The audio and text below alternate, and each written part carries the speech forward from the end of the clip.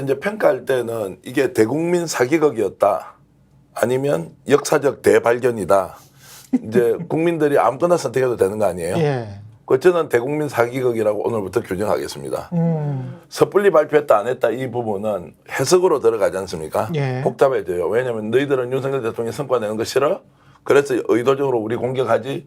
이러면 프레임에 말려서 아무것도 안 됩니다.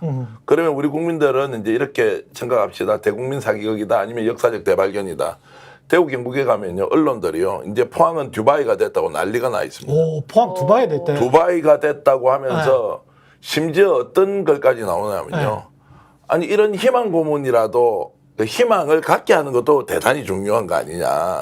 전혀 없다는 게 아니니 굳이 이걸 가지고 시비 걸 게 뭐 있나. 지금도 너무너무 살기 어려운데. 이렇게 말하는 게 굉장히 좋은 방법이에요. 정치적으로는 논쟁하기 굉장히 좋고 그러면 비판을 못하게만 또 다른 입틀막의 전략으로는 아주 훌륭하다고 봅니다. 저는. 그러니까요. 그래서 네. 제가 이제 규정하는 것이 이게 네. 사기극이냐 역사적 발견이냐. 근데 양자택일의 문제니까 저는 오늘부터 사기극이라고 규정을 해야 과감하게 이야기가 되지. 그렇지 않고 이걸 논쟁으로 빨려 들어가잖아요. 그렇지. 원래 했던 의도대로 우리가 따라가는 것이다. 원래의 의도는 뭐라고 보세요?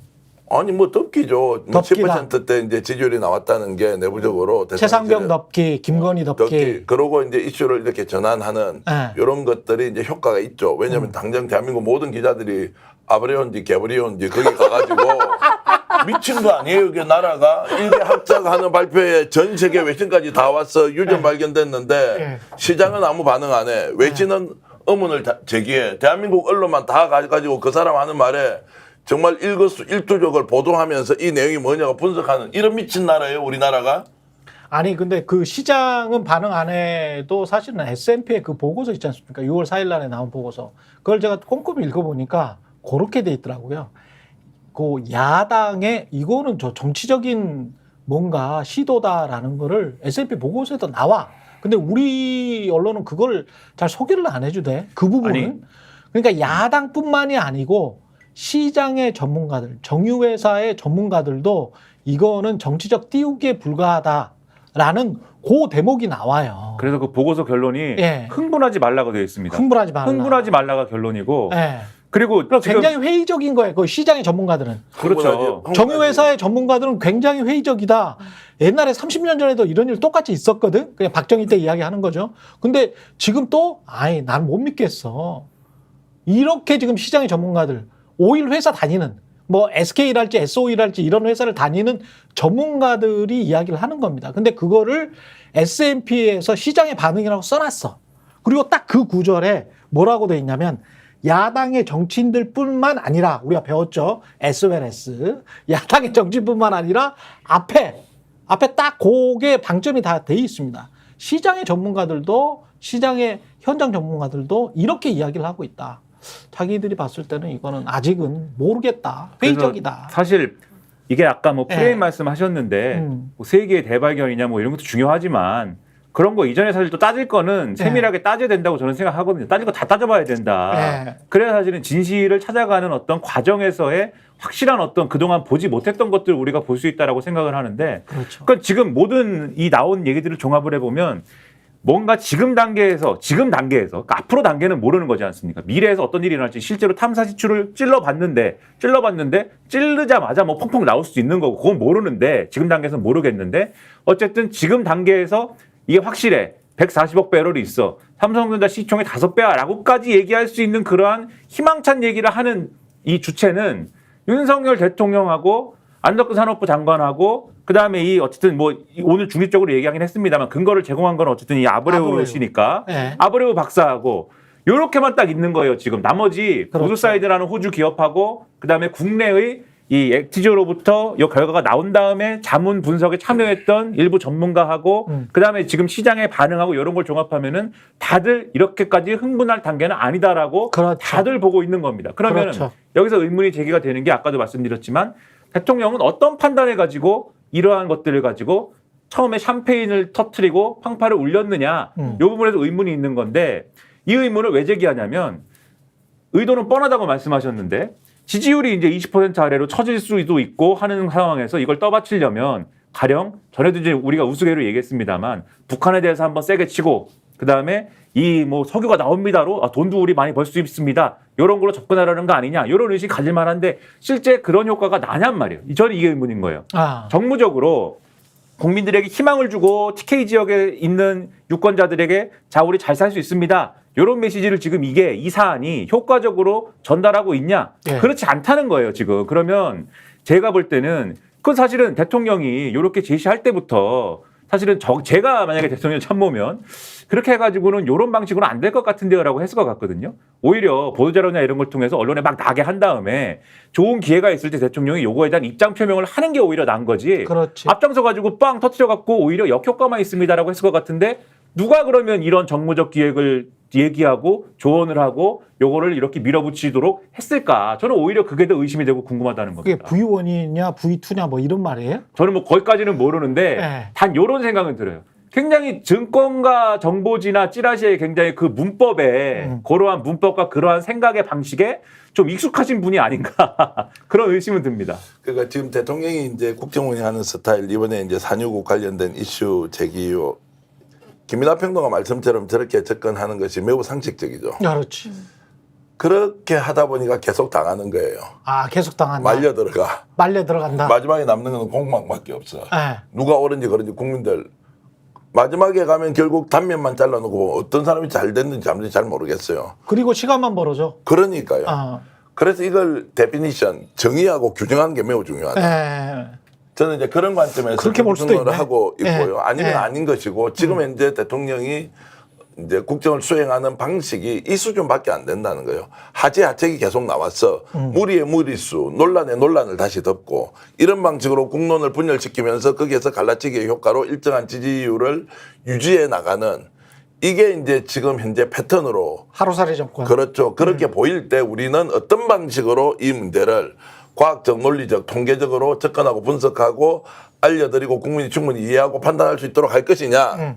아니야. 이건 사기야. 의도가 사기이기 때문에 결론도 사기야. 예. 그런데 예를 들어서 1%도 되지 않는 가능성 또는 10% 정도의 가능성만 가지고 희망이 있으니까 이것도 인정해 주자. 90%는 불가능하겠지만 그래도 희망이 있지 않느냐. 이 방식으로 가면 모든 우리 사회의 이슈 제기는 대통령 논리대로 다 딸려간다는 거예요. 국민연금도 마찬가지고. 희망이 있다고 얘기한 게 아니고 따져보자고 말씀드린 거 아닙니까? 따지는 거를 막으면 언론이 어떻게 기능을 합니까? 그래서 따져보자라는 거지 따져보라고 하는 것이지 희망이 있다는 게 아니고 희망은 있느냐 없느냐는 지금 아브레우 씨도 말씀하지 않습니까? 80%는 실패할 수 있다. 그러니까 그런 문제는 아니었다. 예. 네. 갑자기 그 미셸 오바마 말도 생각나네요. When they go low, we go high. 뭐 이런 말도 있었지 않습니까? 그러니까 아무리 저열하고 비열하게 하루살이 정권으로 한다고 하더라도 하나하나씩 따져보면서 하나하나씩 밟아줄 필요는 있을 것 같습니다. 근데 아브레우 씨가 말한 거, 아브레우 박사가 말한 것 중에서 제가 또 눈에 띄었던 거는 탐사 자료 심층 분석할 시간적 여유가 없었다 이 말을 했어요. 그거는 우드사이드에 대한 얘기입니다. 그 우드사이드에 우드사이드가 그랬을 거예요. 자기는 충분했다? 그런 얘기죠 지금. 그러니까 본인은 두 가지 자료를 다 봤는데 우드사이드는 시간이 없어서 한쪽 자료만 보고 철수했다. 뭐 이런 식으로 얘기를 했습니다. 그 시간적 여유와 관련해서는 사실은 제가 한번 말씀드렸는데 대한지질학회 전 회장님이고 국립대학교 교수님도 이 상황이 딱 처음에 발생했을 때 2023년 2월인가요? 2월에 데이터를 줬다고 하더라도 지금 이런 발표를 하려면 이거 너무 이른데? 그런 부분에서 의문인 게 너무 이른데 이런 말씀을 하셨거든. 우드사이드가 시간이 없었느냐에 대해서는 이 회사가 동해의 광구들에 대해서 조사를 하고 이런 게 2007년부터예요. 거기는 몇 년 됐고 2007년에서 그러면 10여 년 정도 됐네요. 그렇죠. 2007년에서 2021년까지 하고 그 다음에 이게 뭔가 그렇지. 있을 수도 해서 이제 조강권을 50%를 이제 산 건데 그 다음에 2023년에 철수한 거 아닙니까? 그렇죠. 본격적으로 이제 해볼까 했는데 그 다음에 철수한 거거든요. 15년이 더 돼서 한 16년. 그럼 아브레우 박사가 박사는 한 몇 개월 한 거야. 근데 그 지금 우드사이드에 대해서 아브레우 고문이 조기 철수했다라고 평가한 거는 그건 사실이 좀 잘못된 거 황당한 아니에요? 거지.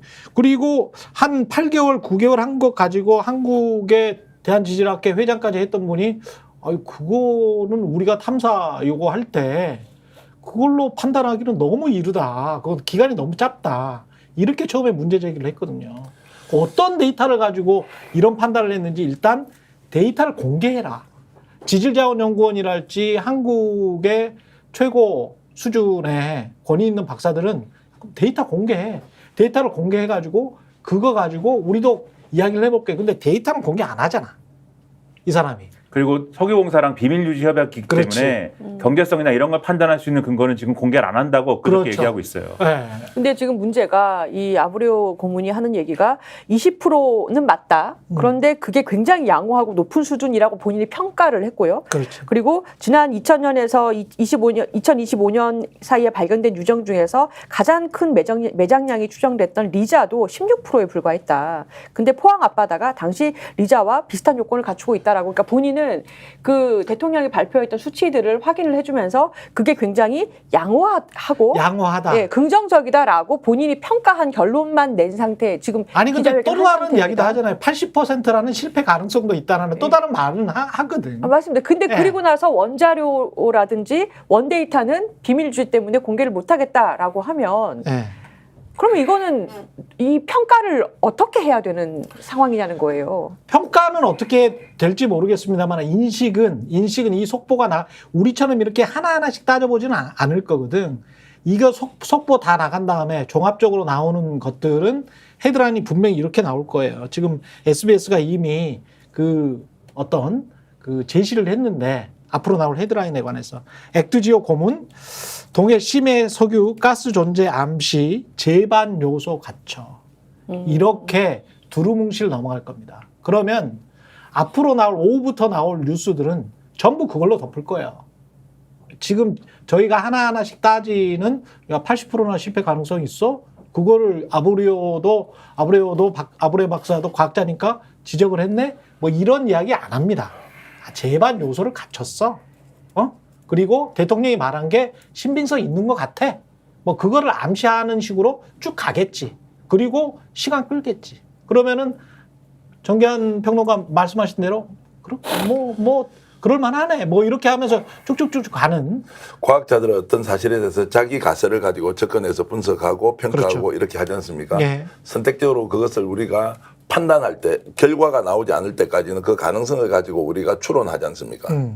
그 범위에서 벗어난 게 아무것도 없어요. 20% 가능성, 80%의 불가능성 이제 이런 이야기를 하는데 저는 이걸 가지고 우리가 지금 이미 논쟁의 중심으로 들어와 버렸어요. 그렇죠. 이 사람 말이 맞느냐 아니냐, 대통령이 그 말을 했던 것이 진위냐 아니냐 이제 이 논쟁에 빠져들므로써 저는 이미 대통령이 원래 생각하던 그런 이제 노림수 또는 바람대로 지금 흘러가고 있다는 거고 근본적인 질문을 던져야 이 사안은 저는 좀 해결된다고 봐요. 왜냐하면 이 사람의 발언이 언론사의 자기 취향이나 취사 선택에 의해서 오늘 오후부터는 봐라 이 사람 말 들으니까 말 되네. 그렇지. 그래서 지금은 이제 진실이야. 이런 쪽으로 계속 가는 언론과 끊임없이 논리적으로 문제 제기를 하면서 따져보자고 하는 언론이 존재하겠지만 그렇죠. 저는 결과는 뻔하다는 거죠. 결과는 논쟁과 공방송에서 네. 아무런 결론이 없는 걸로 갈 거다. 자, 그런 상황에서 우리는 이제 이 문제를 어떻게 바라볼 거냐. 뭐 이런 것이고요. 심지어 대구 경북 언론만 하더라도 저런 상황을 자 오늘 발표 보니까 좋다는 거 아니냐. 왜냐하면 2036년에 이런 일이 일어나든 일어나지 않든 그때 판별이 될 거 아니에요. 자 그래서 저는 국가의 중요한 정책 결정을 이런 방식으로 운명이나 행운에 맡겨서 가보자. 자 대한민국 이제 앞으로 좋아지니까 네. 행운에 의존하는 국가로 가고 모든 의사결정을 행운이라는 방식으로 가보자라고 이제 하는 것을 우리가 선택해야 되는 상황이다 이렇게 저는 봅니다. 스픽스는 말하는 언론입니다. 대세는 유튜브, 그중에서 스픽스. 좋아요, 댓글, 구독, 알림 설정. 여러분이 저희를 사랑해 주시고 우리가 여러분을 사랑하는 4가지 방법입니다.